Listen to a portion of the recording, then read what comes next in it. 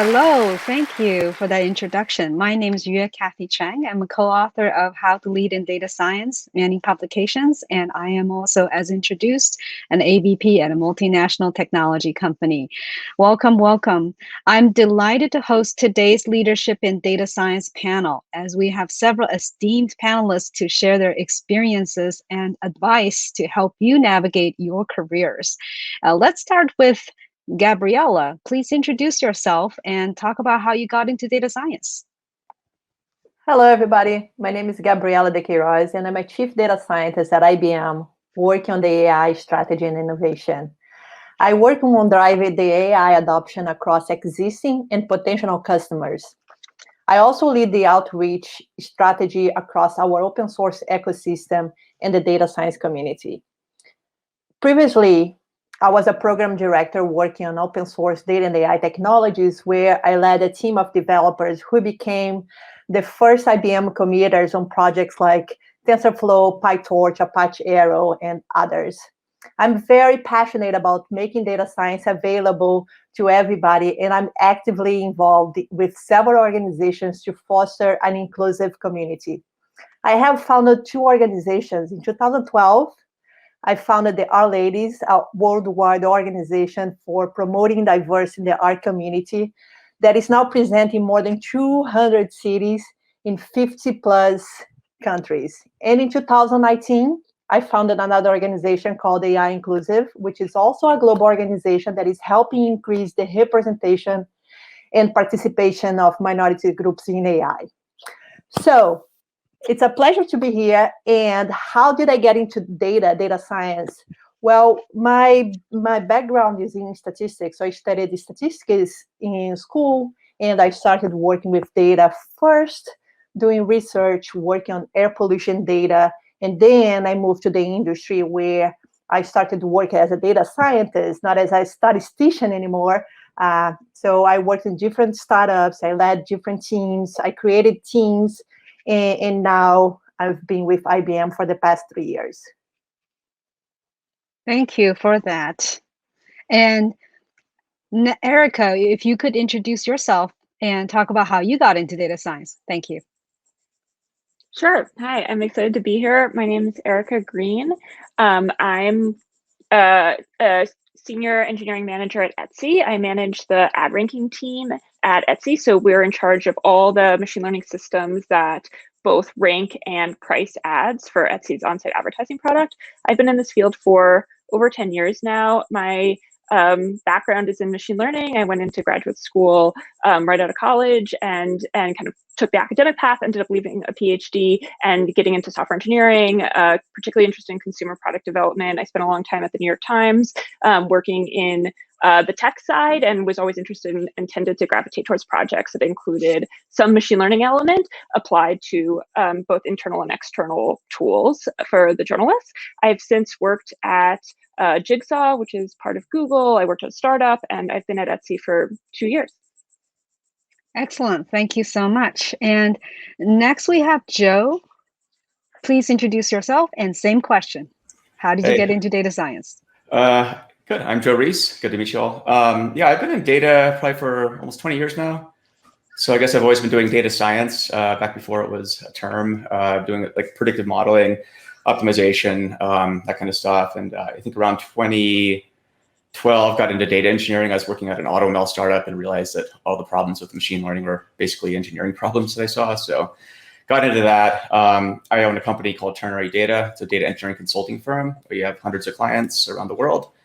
So I think I have a unique perspective, in that I have a very broad perspective about leadership and data science. This will be an interesting conversation. I'm also writing a book for O'Reilly called The Fundamentals of Data Engineering, and host several meetups, podcasts, that sort of thing. So happy to be here. Great. And last but not least, Jike Chong, please introduce yourself. Hi, everyone. I'm a data executive. Been a data executive for the past decade or so. Have built up and grew multiple high-performing data functions at public and private companies, such as LinkedIn, Acorns, and Erin Digital. I've also designed and developed and taught graduate level courses at Carnegie Mellon and Tsinghua University in the area of machine learning, and took adjunct professor and PhD advisor roles in those institutions.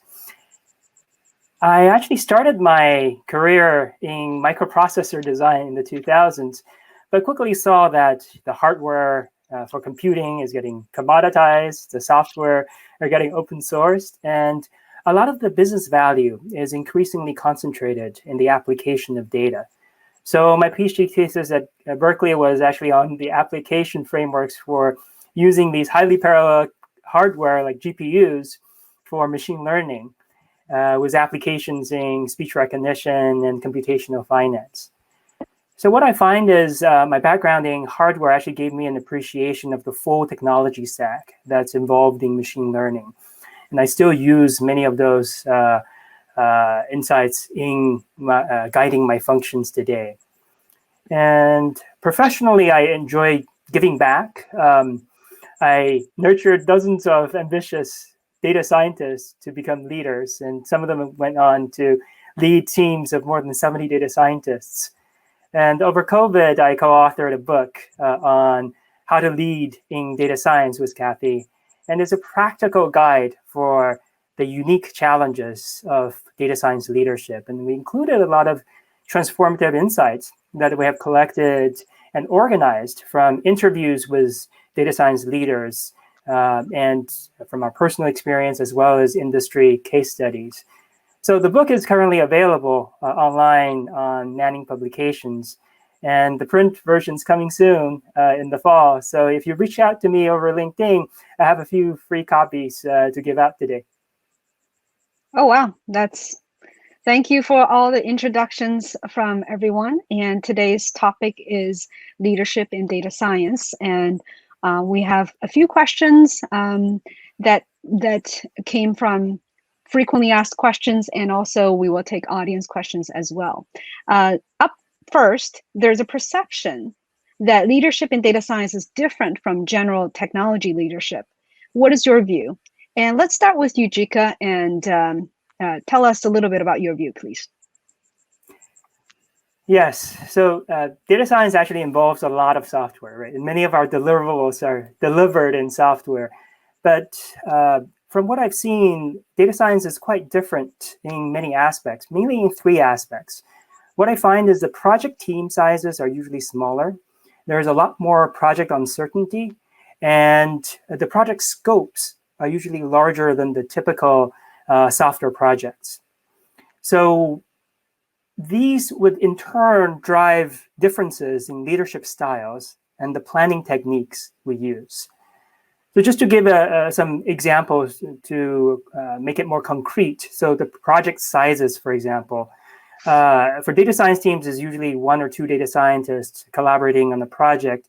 And often that's because many projects involve a lot of context, right? So when you're developing a data science project, you often go through very highly iterative processes, where you look at some model results and then you have to tweak the data generation process, the data augmentation process, and sometimes understand how to better collect the data more consistently. And then in terms of the project uncertainties, there is a lot of data dependency risks on top of the engineering risks. So you have questions about like what data is available, of those what's reliable, of those what's statistically significant, and of those what's predictable, what's implementable, until like what's ROI positive, and of those, is there a business partner ready to operationalize it and create business value? So many risks involved. And then there is a project scope where the typical software project scope is to deliver on the acceptance criteria in the specification. But for data science project, you often have to demonstrate value through A/B tests, and sometimes in more rigorous workflows, you have to deliver the monitoring for concept drift and data drifts, and the cadence for retraining. So quite a few different points, and in terms of the implications of those, right? So smaller team sizes often means that there's less coordination needs within project, but more coordination needs across projects. For the uncertainties, right, you need to often learn in these iterations in figuring out whether the data is usable, is ROI positive, is able to create value, and pivot when you learn something that's different than what you expected. And then in terms of the scope, with a larger scope, it usually requires more diligence and flexibility in planning. So those are the three areas I see where data science projects are kind of different than traditional technology projects. Well, that's interesting. So sounds like there's a whole lot of differences, probably as much as there is similarity. So Erica, I'd be very interested in hearing your view on this same question. How is the leadership in data science different from general technology leadership? Sure, yeah, it's a very interesting question. So I think it is different, but I'm not sure the differences are so much driven by data science field particular, in so much that it is a new area and it is multidisciplinary, I think, in order to ship products that have a data science component, a machine learning component, and you kind of inherently have tooling that is new and unreliable in certain ways, not documented in certain ways. And also in terms of leadership, I'm in the management area, you don't have leaders who have gone through this whole cycle generally before. Like, it's still such a new industry. And it reminds me a lot of when mobile development was new, and you couldn't really get experienced mobile developers because iOS just came out. There weren't experienced mobile developers. And then in management, you got all these people you pulled in from software engineering who knew how to run software engineering projects, but actually shipping apps is very different in terms of the sort of development cycle, in terms of the risks, in terms of even just the code that you use and the technologies you use. And I think of data science as the same way. I'm not sure it's like so inherent to the fact that, we rely on math and statistics, we rely on data. I mean, this is true of a lot of different engineering fields, have their own sort of special kind of footprint of what they use and what is required. But I think the fact that it's new and it's incredibly hyped right now makes it challenging and different to lead in. There's a lot, you get a lot of sort of pressure from above to deliver on things that are, can't basically be delivered. You get people from below pitching things that basically can't be delivered. You get a bunch of people applying for jobs with a whole plethora of experience that they got on Kaggle, which they've never shipped any. It's just a buzzy, hypey field. So I think that, to me, that is the primary difference. So it sounds like there's a bit of unrealistic expectations or different expectations being set, and it sounds like there's some calibration going on there, right? Yeah, there's some calibration. Yeah. Joe, how about your view? And let's yes, go ahead, please. It's an interesting question. I agree. I think it's there's tactical nuances, but I think good leadership is leadership, right? And you kind of know it when you see it. So I don't know. I mean, I've seen good leaders in general who are able to handle data science projects who are not technical. And I've seen the opposite. I've seen very technical people just be horrible leaders. So I really think it's more of a, are you good at leading? Do you provide psychological safety? I think in light of especially very fluid situations like data science where things are changing, there's a lot of uncertainty. There might be teams that are small and so forth. I think that requires the ability to inspire your team to do well, but also make mistakes and be flexible. So, but that's just good leadership to me. So some of the fundamentals don't quite change in I don't think field. so. Leadership is leadership, in my opinion. Got it. So. Gabriela, any view that from you that may not have been mentioned? No, I agree with all the points what Erica and Joe they brought up. There are a lot of overlap and also very different in some ways, depending. Also, it depends on where you are in the company. The leadership can change as well, but there is a basic that it goes across all the letters and across all the topics and domains. So there is a base that it's all the same, but also there are some particularities that are very specific to, let's say, data science. Got it. Excellent. Well, in the interest of additional really good questions, let's move on to the next one. There's a view that data science projects require long-term investment. How do you work with that in your organization? Joe, I'd like to put that one on you first. Okay. Here's how we advise our clients. You got to build a foundation. I think that's the hard part, but it's not just a technical foundation, right? It's getting buy-in across the company. I think most data science projects fail precisely because there isn't alignment and there's not buy-in from the top down and bottom up. So that needs to be there. And that's to me is like the most critical thing. That's a huge investment. It's a diplomatic investment. It's a cultural investment. Technology, I think, is the least of your concerns, honestly. So if you can't get the culture part right and the organization part right, like it ain't gonna matter too much what you do. So that's hard. It's real hard. And so the advice I have is figure out the stakeholders, figure out what they want, identify some good goals to work on. I think also set the stage for psychological safety that there will be probably mistakes made. This is a very non-deterministic field. And so, it's hard. There's no way around it. And yeah, it does require a long-term investment, I would say. It's not just, fire up TensorFlow and get going. It's not that easy. So love to hear what other people have to think, though.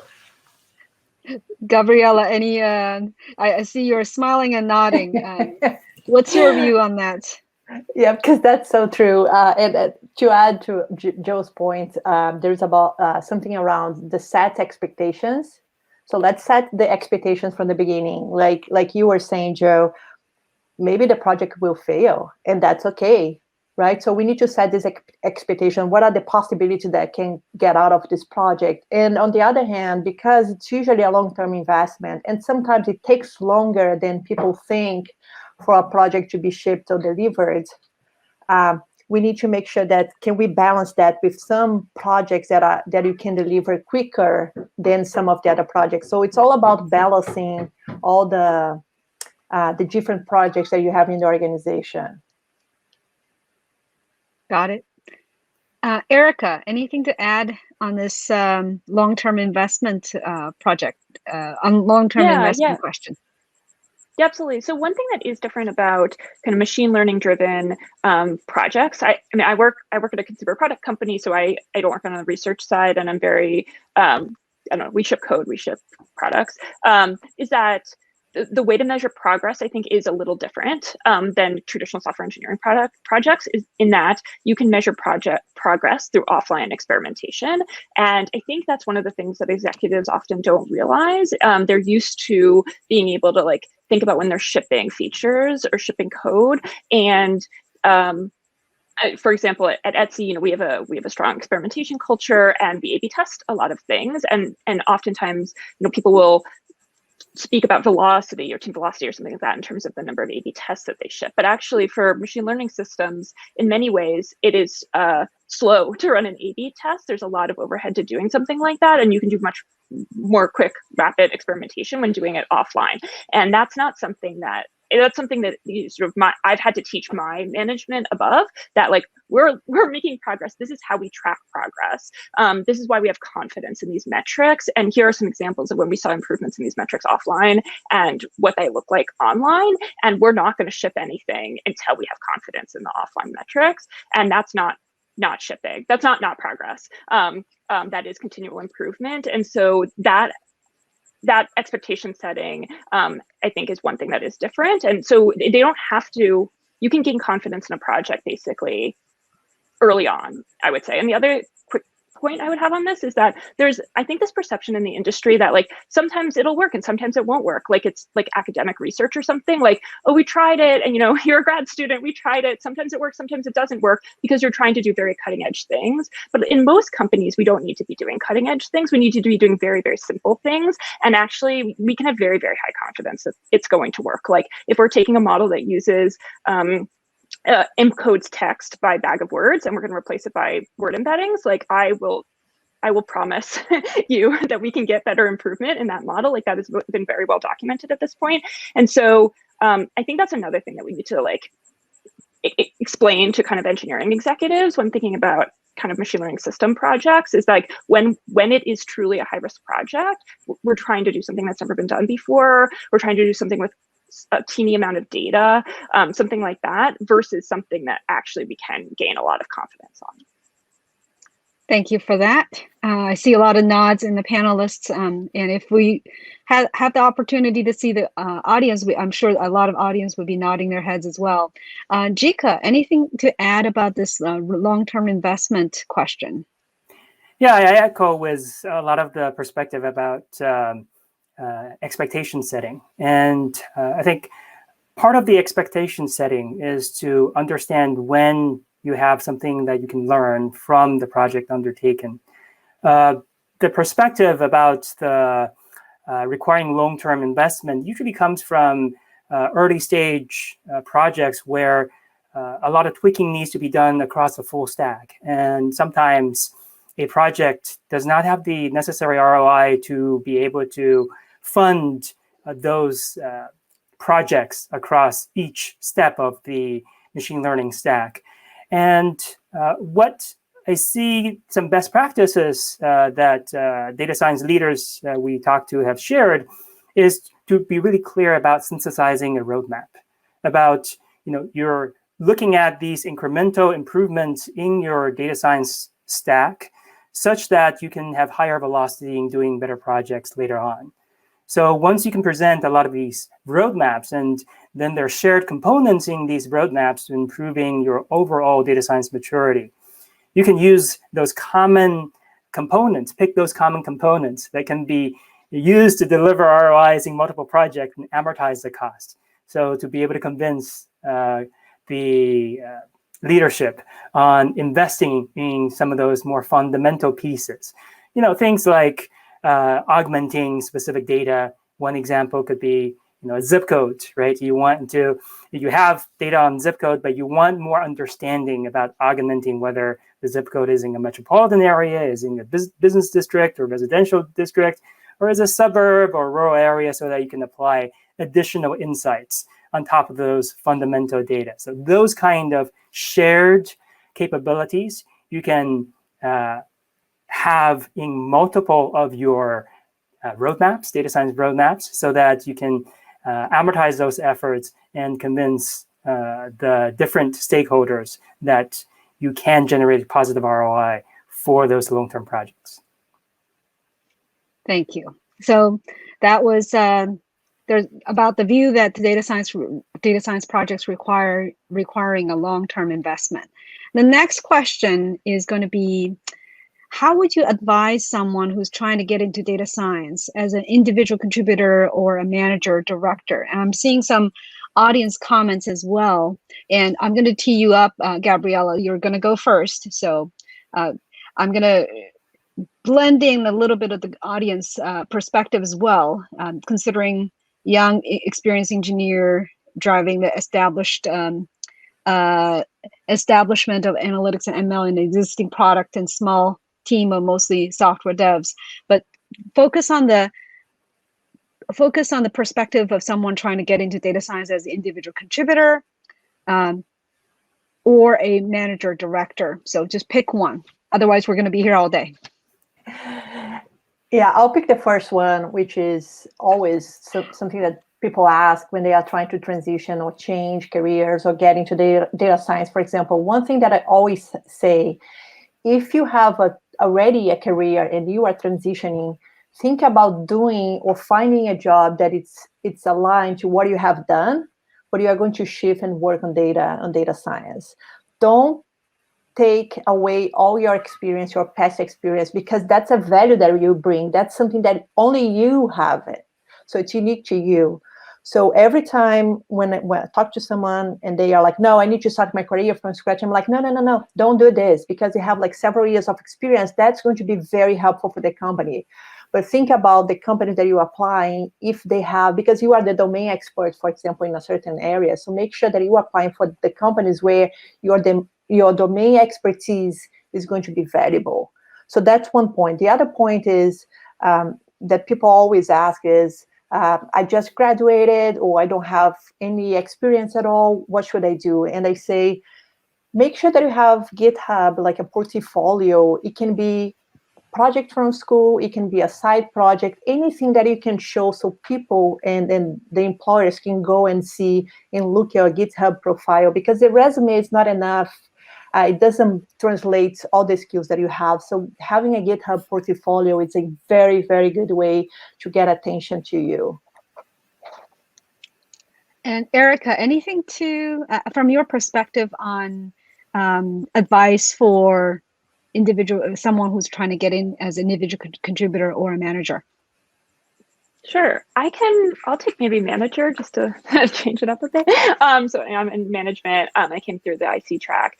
I think there's an incredible opportunity right now for people particularly with software engineering and data engineering backgrounds, like backend software engineering and data engineering, to get into what I would call like machine learning engineering management. I think there's a huge need for it. And I always define machine learning engineering as backend engineering, data engineering, and then the machine learning. So if you have some of the data engineering and backend engineering, and you're 2/3 of the way there, so don't feel like you have to start over from scratch by any means. I think that my advice for people is, one, there are a lot of, obviously resources out there, but it can be very overwhelming to try to think that you have to learn the innards of how the BERT model works or something to be able to manage a machine learning engineering or data science group. And that's definitely not true, but it is good to build into your schedule a way to keep learning. And the way I like to do it is run a reading group, which is, something that's very common in the academic world, but I run it in a software engineering group, I report up to CTO on a tech team. We do it every 2 weeks. Someone picks a paper or a blog post, so a software engineer, machine learning engineer, data scientist, and we have a culture of giving presentations in a way that are very accessible. And I try to keep a culture of having it very open, open questions, no silly questions. Every session, somebody asks what an embedding is, we explain it. And so it's good for you to continue learning, and it's good for the team to continue learning. So to build that stuff in and not feel like you always have to do it after hours, because you're just not going to have the time. I see. And Jike, I'd be interested in your view on this question too, as well. What's your advice? I think what Erica and Gabriela mentioned are spot on. And I would just back up one step. The first step is to find a mentor like Gabriela and Erica, and practically any of the panelists today, right, to be able to start that journey. And I think much of it is learning about where your strength is currently and build on top of that strength. And there's also a couple of books. For example, there is one book on building a career in data science by Emily Robinson and Jacqueline Nolas. That's a good stepping stone into getting into the field. And then one more comment about looking at the management side, getting into the management or the leadership side of data science. Putting a pitch for our book, building the how to lead in data science. That's another place where we've tried to aggregate a lot of the necessary component for you to be successful. And part of it is not just reading about these, but also finding opportunities to practice these learning in your work on a day-to-day basis, so that those learning can become your habits, become your character, so that you're a strong leader for your team. Very good. So that's a perspective of how to practice it in your day-to-day and finding a mentor to get the journey started. And Joe, I'd be interested in your view, because you're in an entrepreneurial role and you've worked in different environments. What would be your advice for those aspiring data scientists? Yeah. I think you need to identify whether or not you want to be an individual contributor or a manager. It's a tough question. Some people are not made to be managers, and you shouldn't force that idea on people. If you don't want to be a manager, maybe consider being a principal engineer. But I think a data scientist or whatever. I think thankfully those roles are becoming more and more prevalent. Whereas in the old days, it was kind of like whether you liked it or not, you're becoming a manager. And I think that was a good death of a lot of people's careers, honestly, and their happiness, just because, I guess I would say like 8 out of 10 people shouldn't manage that are managing.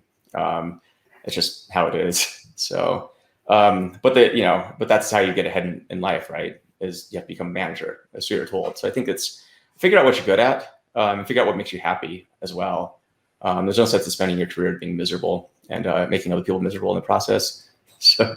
Yeah, Joe, I think you hit a great point. Can I make a comment, Cathy? Actually, let me just put the next question out there, and I was going to ask you to talk about it because Joe teed me up really for the next question. There's individual leadership and there's team leadership, because even as an individual contributor, there's a leadership that you exhibit in what you do as well. How do these show up for you at your environments or your companies? Jike, go for it. Yes, thank you. Joe, you teed up this really well.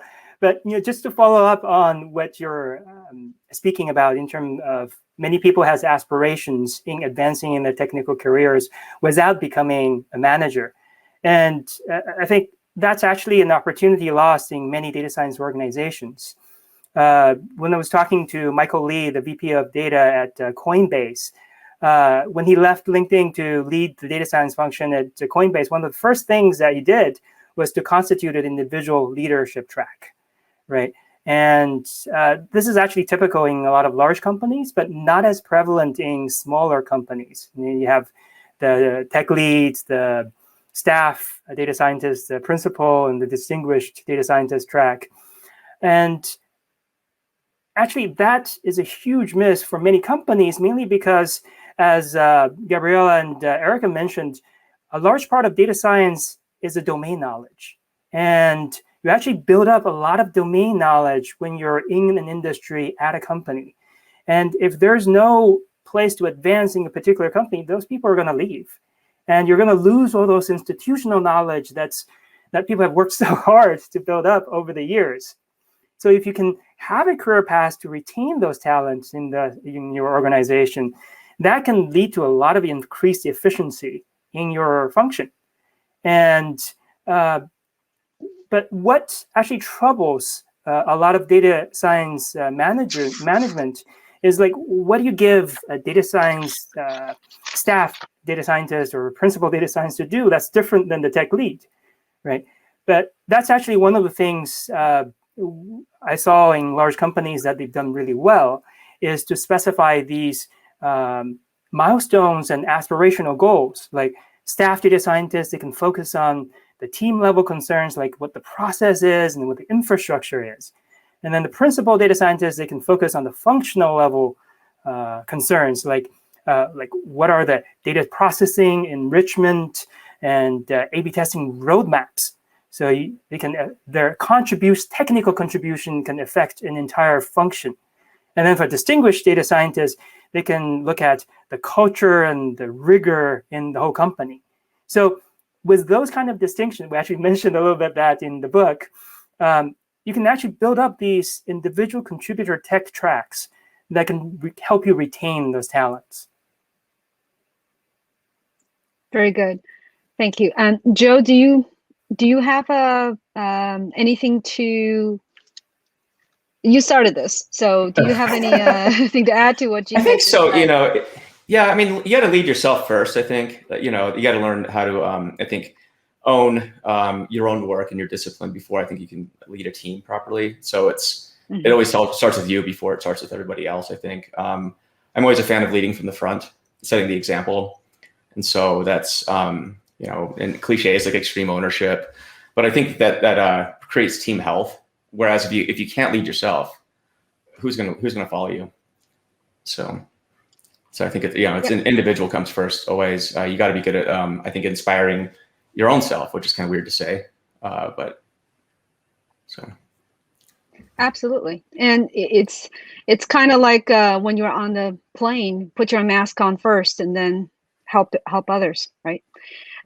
Erica, anything to add to this one on individual leadership versus team leadership?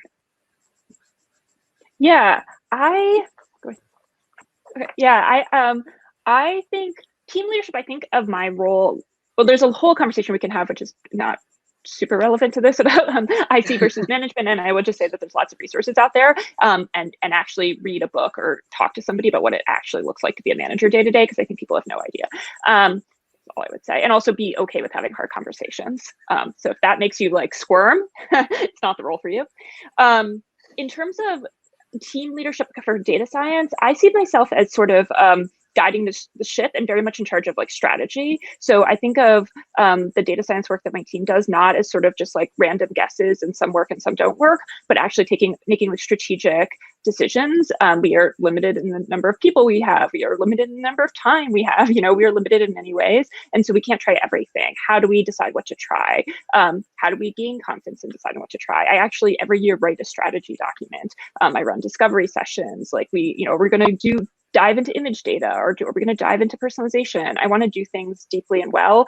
And I want to be able to have the time and the bandwidth to work on something such that we can, if it doesn't work on the first time, we can like dig in deeper, because the stuff almost never works on the first time. And if it works the first time, it's probably learning something bad that you don't want it to learn. And so I see myself as a team lead, doing that and owning that and thinking at a very high level. And then the ICs, I have fabulous ICs on my team. They're working on project level, technical leadership. How do you get it to work? How you do the analysis, read the papers, bring me ideas, pitch me things, hold ourselves to very high standards on each kind of track of work. Thank you for that. And Gabriela, you certainly had gone from individual contributor to management. So if you could comment on this, that would be very helpful. Yeah, what Erica was talking about, talk to other people, right? Because there is no a book around, well, nowadays there are more discussions around what it means to be a manager, but it's a huge jump, I would say. It's so different from being an IC. It took me a while to change my mindset to become a manager, to be an effective manager, because there are a lot of things that you have to change. First of all, some of the challenges is you have to delegate. Now it's not on you anymore. Now it's on your team. You are there to support your team, to make your team succeed, but you don't have the time anymore to be doing a lot of hands-on work. So the first challenge is around the delegation. The second piece is around the type of work that you are going to be doing from now on. In my experience, when I became a manager, was more about thinking about roadmap, vision, strategy, and how to support my team better. The third piece that I want to add, and the final one before we move to the next question, is around meetings.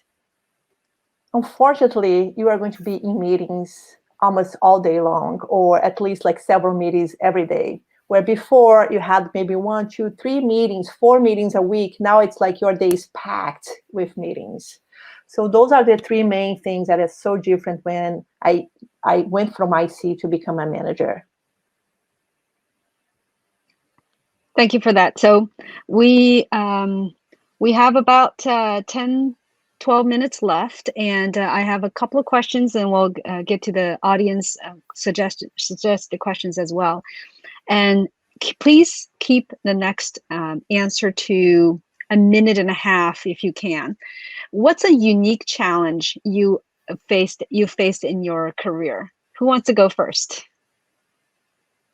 Go for it, Gabriela. I can go first, and I'll be briefly. So for me, when I moved from academia to industry, the challenge was about timing. Where before, when I was in research, I could spend 3 months, 6 months, a year writing a paper, doing my research, creating this cutting-edge model or a new thing, where when I moved to the industry, we didn't have time. Everything needs to be delivered in a day to 1 week, 2 weeks. It's the time is very short. And you have also to change your mindset where you don't need to be the best, or you don't have to have the best model. You just need to improve a little bit. So good enough is what we use in the industry. This is good enough, better than before. So let's do and ship it. Thank you. Who wants to be next? Joe? Sure. I think it was when I made the transition more into the engineering side of data, also known as data engineering now. But it was before data engineering was really a thing. And I think at the same time, data science was becoming very popular, and people were like, what are you doing with your career? This is insane. Why aren't you a data scientist? And I was like, I think I still am. But I was alone in the wilderness, I think, for several years, from basically 2013 to maybe 2018, 2019. Then all of a sudden, data engineering caught up. But so you have to take a bet on yourself sometimes, even when you might be wildly unpopular in your decision. And I think that for me, the bet was it paid off because I was early to the field, right? But there's a lot of uncertainty, and I would say you just have to really trust your gut on this one sometimes. So, okay. But it's hard. People are going to call you crazy. That's fine. And that's okay, and that's okay. Those ones that are crazy, they probably know what they're doing. So, Erica, if you can share your most unique challenge, that would be interesting. Sure. I don't necessarily have a resolution to this one. No. So I am. At some point a few years ago, I got very interested in tech policy, particularly interested in in privacy, but a lot of other kind of tech policy type questions. And I actually left the job I was at, and I went and did a fellowship program with the Aspen Institute, and I kind of did a boot camp of sort, fellowship in San Francisco in tech policy. And the challenge for me has been, how do I integrate it into my career? Because I think these are two worlds that are very far away from each other, actually, in many ways. Industry and, software engineering rising through management and industry, and then working, with the government or in, on the policy side of things in various ways. And so I'm constantly sort of looking for ways to plug into that without totally switching careers. I see. Very, very interesting. Jike, a unique challenge you faced in your career. Yes, I think there are many unique challenges, but many of them are domain specific. So what I've learned is in many specific domains, there are good reasons for things to be done a particular way.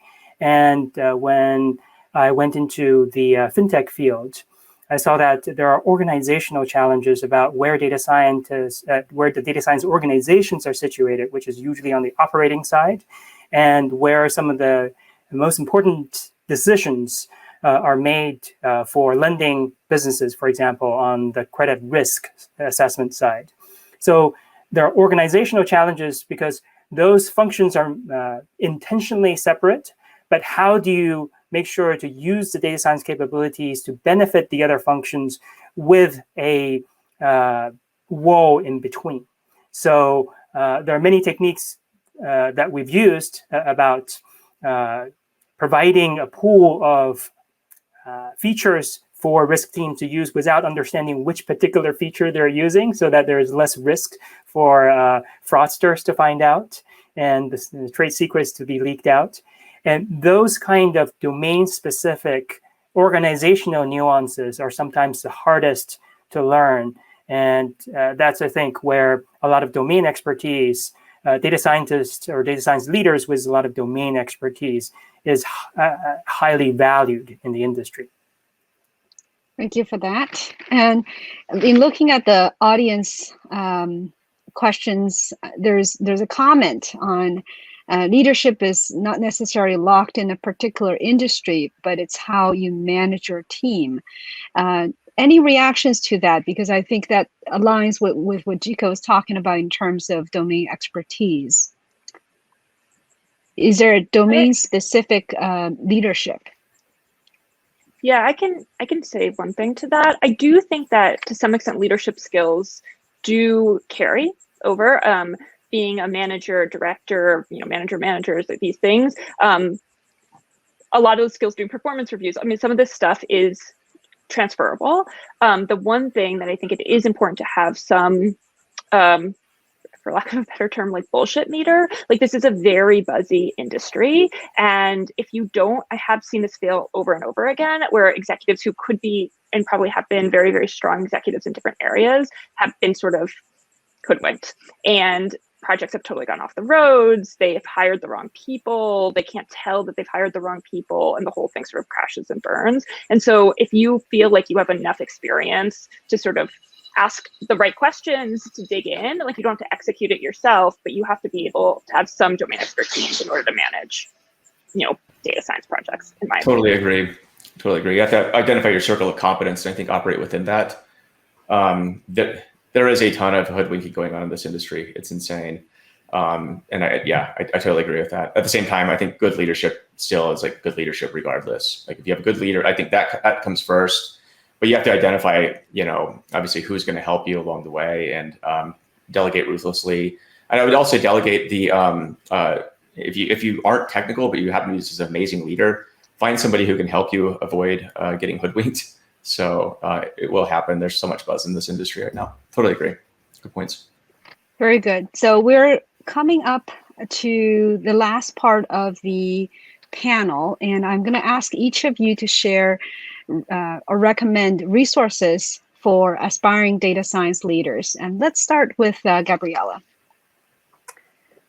There are a few books that I recommend on the data science, how to be a data science manager, or I don't remember their names, but I'll put on the chat. There is another one that there are 3 or 4 or 5 books that I have read in the past that helped me on like being a leader. Also like talks about how to hire, how to create a culture, a lot of like important aspects. And they were not only like focused on data science, but they were more generic. So if no matter if you are aspiring data science leader or aspiring leader in general, those books are very good and with a lot of like gems inside. So I'll share on the chat. I don't remember all the books from the top of my head, but there are several ones that I would recommend. Excellent, thank you. Joe?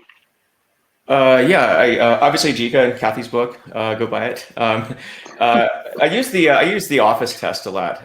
If you watch The Office, either the American or the UK version, just do the opposite of what like Michael Scott would do. I think that is actually a really good rubric for just leading teams in general. I always use that as kind of a litmus test. Like, would Michael Scott do this? If he does, I'm probably not going to do that. So that's one of them. But I think some really good books. John C. Maxwell's fantastic in his books on leadership. Patrick Lencioni as well. I was just actually reading his book, The Advantage, today, and that's everything he writes is very, very good. Somebody Not brought the death by meeting. What's that? Not the death by meeting. Yeah, I was about to mention death by meeting because of the conversation about meetings earlier. But yeah, those are great. And then Jocko Willink's Extreme Ownership, I think, and all of his leadership books, I think, are awesome. But just avoid doing what Michael Scott does, and I think you'll have a fine career. So excellent. And just to clarify, it's not just the books and shows. There's also affinity groups or other things that would be considered as resources as well. So with that, Erica, any resources that you would highly recommend? Yeah, I read this book. This is not data science specific, but kind of professional development specific, I guess, that I read recently, which was fabulous. Mistakes I Made at Work by Jessica Bacall. It's interviews with very successful women and all the kind of mistakes, and not small mistakes, like big mistakes that they made at work. And I think this industry, because it's so buzzy, you can always feel like you're behind and never catch up. And I think confidence is a big issue, particularly for people new to the field, and just reading about these really, really successful people, particularly this is all women, and their careers is, I think, great and very inspiring and very humbling. And the other one is, I think there's a lot of buzz around ML ops, the term ML ops now. I think that is very actually valid. I think ML ops is like the future. It's so important, and it's just DevOps for machine learning. And there's a lot written about DevOps. You don't have to read about ML ops. You can just learn about DevOps. And in particular, there's some very good books on software SRE, site reliability engineering. You can go and read those and just apply those principles to your ML systems. You'll be like eons ahead of most people. Excellent. And Jike, quickly round us off on those resources, please. Yes, I think many data scientists are pretty analytical in nature. So I'd recommend you to resources that can more systematically survey the landscape. There are a lot of really good blogs, but often they hit on specific points. Unless you follow someone like Cathy Kozakov, the chief decision scientist at Google, she's actually got a whole series of material that can give you a more systematic view on how her philosophy. Of course, and then the Build a Career in Data Science by Emily Robinson and Jacqueline Nolis. And also this book, The Manager's Path, I learned a lot about by Camille. And I think also for Gabriela, you have a few organizations that helps in this area, right? Yeah, that's correct. AI Inclusive and Our Ladies are two great organizations. If you don't know about them, just Google and you'll find some events and presentations and materials that can help you in this journey. Excellent. Well, thank you, panelists. We learned a lot about how data science is different from general technology leadership. Leadership in data science is a little bit different or similar, and how data science projects may require longer term investments, going back to the fundamentals and individual leadership versus team leadership and unique challenges and what resources we recommend. And we also have some audience questions we didn't have time to answer. Some of them are in the hiring and attrition space. Some of them are in the area of being overqualified when they put in their domain knowledge expertise. And some of them are asking for advice to those who have successfully completed courses. What advice do you have for them to kind of stand up amongst their peers? So those topics, if Gabriela, Joe, Erica, and Jike, and of course myself, I'll count myself in as well, can talk about it on LinkedIn, on other places, please do reach out to us, dear audience. We are here to engage you in future conversations. Thank you, and back to you.